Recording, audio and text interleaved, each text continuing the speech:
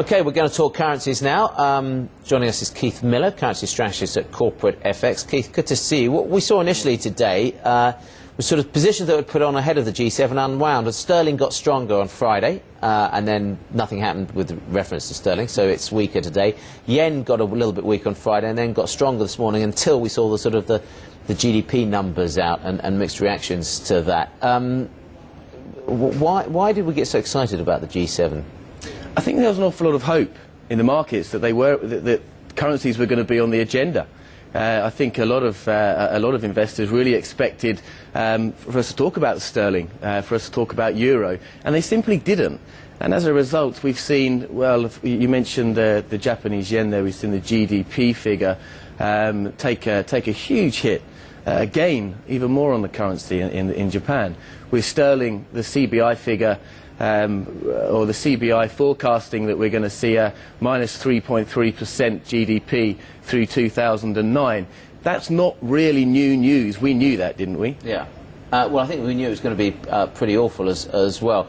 So look, I mean, essentially here on the cross rates, we're still really, I mean, there's no US trade today, which will sort of knock the volumes.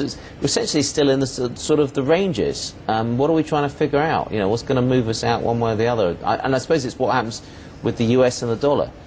It is. We need to see some kind of stability. We need somebody to actually put their neck on the line and put together some sort of stimulus plan, whether it's within a certain country, whether it's globally, that's going to put money back in people's pockets. Because let's not forget that although we keep 750 billion isn't enough in the United States. I mean, well, that's just the stimulus, not let alone the bank plan. It is, but what are they using the money for? They're using it as first aid, they're using it as plasters to patch over the holes in the banks. It's not really filtering down to the real economy where the people need the money. And all the time that's there, people aren't going to have any confidence, they're not going to want to spend any money. And whilst we've got that, retail sales, although they were up slightly on a recent figure, but on a whole, retail sales are going to be down, job losses are going to increase, the housing market's going to continue to tumble, and we're not going to have any confidence in the market.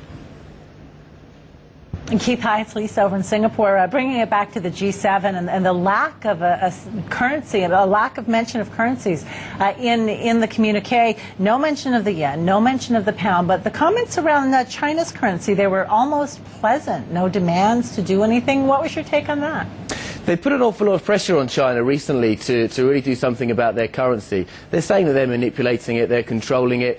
I think what they're doing now is taking a lot of that pressure off. They understand that they cannot continue this pressure on China because China is such a key global player and they're almost allowing them to play their own game. What they have done very clearly is laid a very strong path into what actually is going to happen in April on the G20 meeting, and it'll be very interesting to see what China has to say for itself then. Yeah, good news. Okay, well, thank you so much for joining us today. Thank you. That was Keith Miller, currency strategist at Corporate FX, joining us live from London.